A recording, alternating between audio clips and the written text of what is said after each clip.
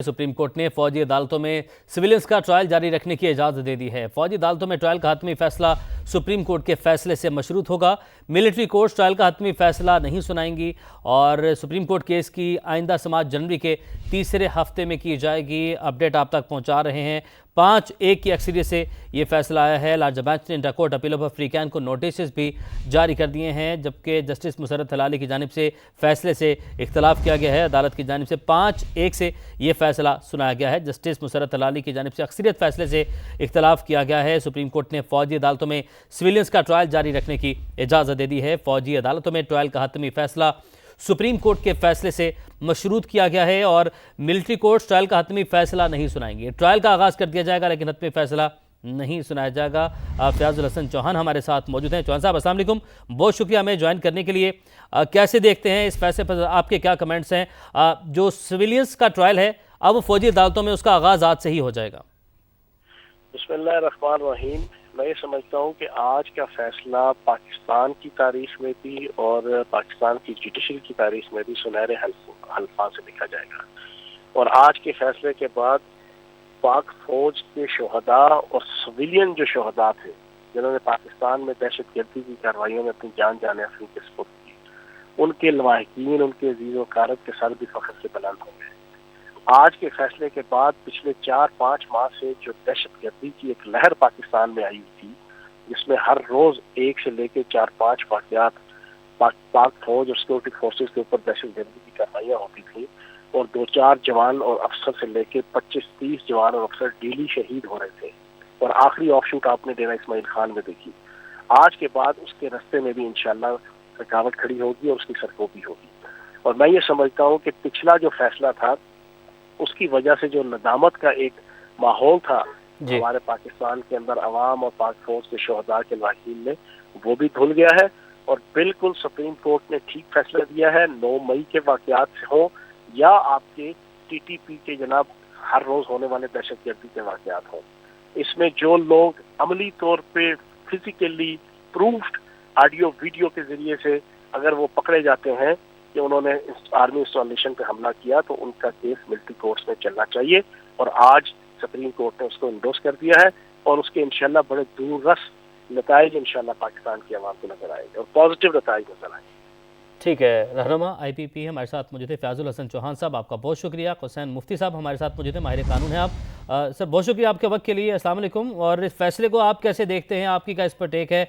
और जो ट्रायल है सिविलियंस का वो फौजी अदालतों में उसका आगाज़ अब हो जाएगा लेकिन हतमी फैसला नहीं सुनाया जाएगा, इस बात से इसको मशरूत लिखा गया है। देखिए, बात यह है कि ये एक इंटरम बैया सुप्रीम कोर्ट ने लिया है कि मिलिट्री ट्रायल कंटिन्यू करें। इसमें एक रीज़न ये थी कि जो अंडर ट्रायल प्रिजनर्स इस वक्त कैद में हैं, उनकी जो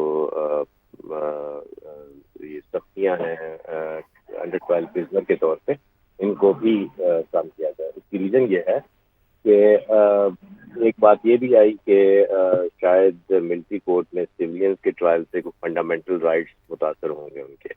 ऐसी कतई कोई बात नहीं है। देखिए, सिविल साइड पे जो क्रिमिनल्स हैं उनका ट्रायल क्रिमिनल प्रोसीजर कोड के तहत होता है, जबकि मिलिट्री कोर्ट्स के लिए प्रोसीजर प्रोवाइड किया गया है आर्मी एक्ट 1952 में। तो वो सेम प्रोसीजर है, उसमें कोई अलिफ बे का भी फर्क नहीं है। तो इसलिए कोई ऐसे हालात नहीं हैं कि जिससे कोई कह सके कि इनके फंडामेंटल राइट्स मुतासर होते हैं। दूसरा, ये बात कही गई कि चूंकि बड़े स्पीडी ट्रायल हैं इसलिए फंडामेंटल राइट्स मुतासर हो रहे हैं उनके। तो मैं एक बात बताता चलूं कि जो सिविलियन कोर्ट्स हैं जो क्रिमिनल्स का ट्रायल करती हैं, उन पे बैकलॉग, उन पे बर्डन बहुत ज़्यादा होता है। तो इसलिए वो दूसरा ये है कि वो क्रिमिनोलॉजिकल ऑर्डर में अपने ट्रायल मुकम्मल करती हैं। आजकल शायद 2020-21 के ट्रायल चल रहे हों और जब 2023 के ट्रायल्स की बारी आई तो 2026-27 चल रहा होगा।